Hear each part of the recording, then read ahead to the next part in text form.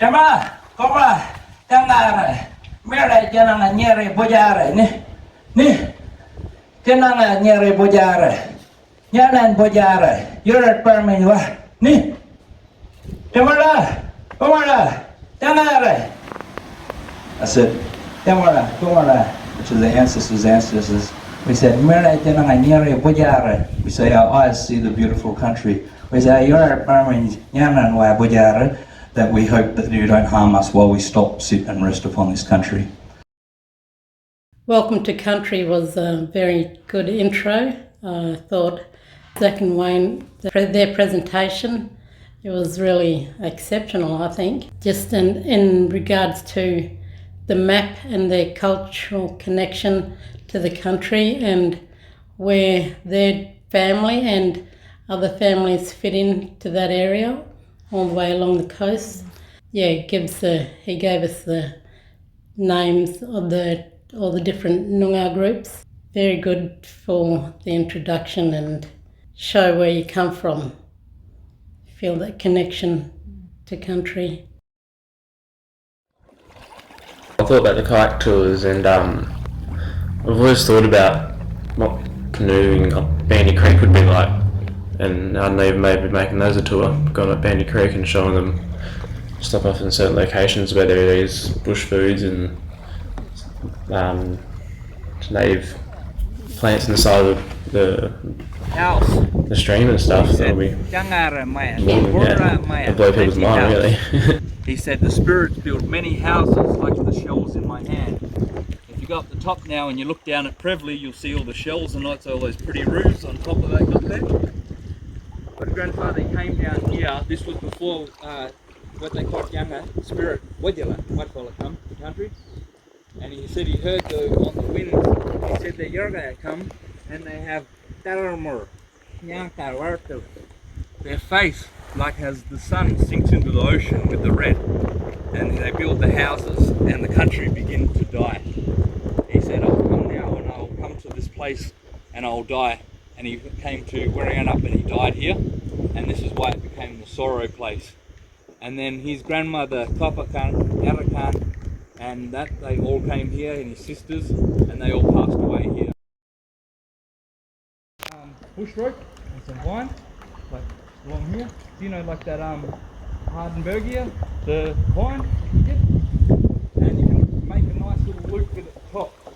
And what you want to start to do is you want to go down here next to the ocean there, and you want to grab some of that cuttlefish, and you want to put that cuttlefish and loop it across the top here, and it'll start to float. And then down the bottom, you want to pull the net down a little bit more, and you want to make a loop down the bottom here.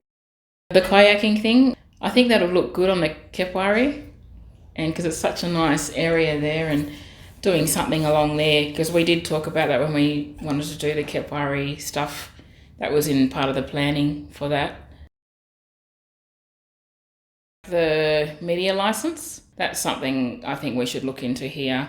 We have a lot of stuff out there that we could be claiming and getting into income each year.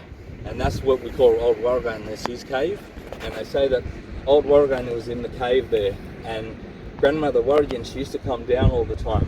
And as she'd sit by the water, they say that she started to sing to the country, and she started to sing to the flowers. And she said, oh, those plenty flowers, singing that Warragan come back out of the cave again and said, come with me, Warragan, come to my sea cave. Again, I'll grow flowers, more colours you've ever seen. And she said no, and when she said no, they said Warragan come out of the sea cave and went to grab her and pull her into the cave. And at that time, because she'd sung so much to the country, she brought the Lirgi, which is the land spirit, to life. And as she sung Lirgi and the land spirit, the song, they say that the spirit Lirgi come from out of Buya, out of the country. And they started, because this cave, there was more caves that used to go off into the ocean. And they said that this big spirit both started fighting, Lirgi land spirit and Warragan from the ocean. And they started fighting. They fought all the way along here from where we are, and all the way over Yaparap, over Kelkanup, over Yalkarup, and over Wurritjup, the Margaret River, and they landed at Narrabuk, place of the salmon. Iszaac talked about when he was a depot, and gone from wanting to have, my full ranger license sort of thing to give out fines to not wanting to do that and just to talk more about the country and why we should protect it. And I think that's what we should do instead of going the other way. It just seems more logical because it's our country and we know the culture better than others. I think the highlights were the presenters and how passionate they were when they were presenting. The passion behind everything that they talked about, even from day one, to the last day, 4 days of being with them, they still had that passion of sharing their culture, even with other Noongar people coming in.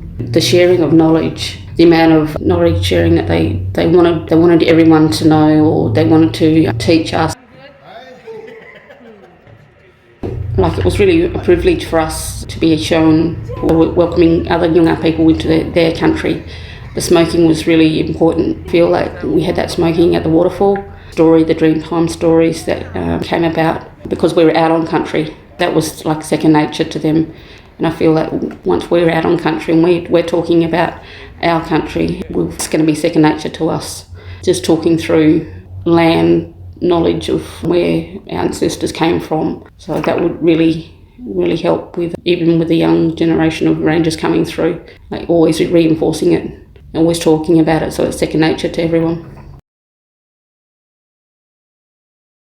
The final day where we did the rope courses and the group team bondings, to work out things, to work together as a group, and to figure things out, help each other out, and the team building. To have confidence in the equipment that you're using. It was a good fun morning watching the co-workers, the rangers on the ropes, getting through it, having a good old laugh. I think we learned a lot from that ropes course.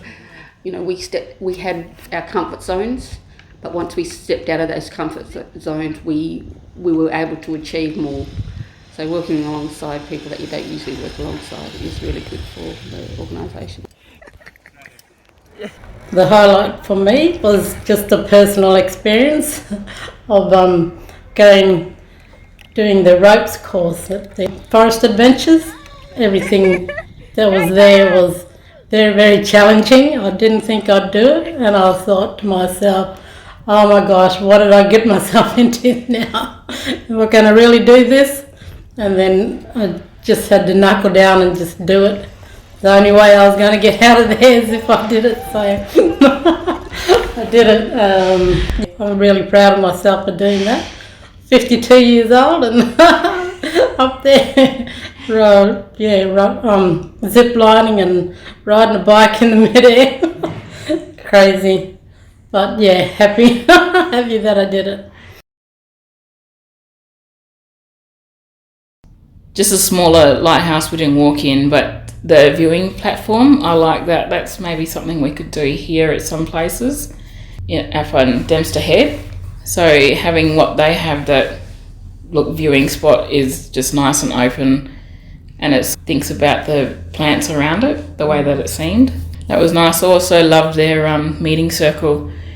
That's something I think we should have out at Stockyards, the way that it looked. Nice and open, and it was protected from the wind and the rain.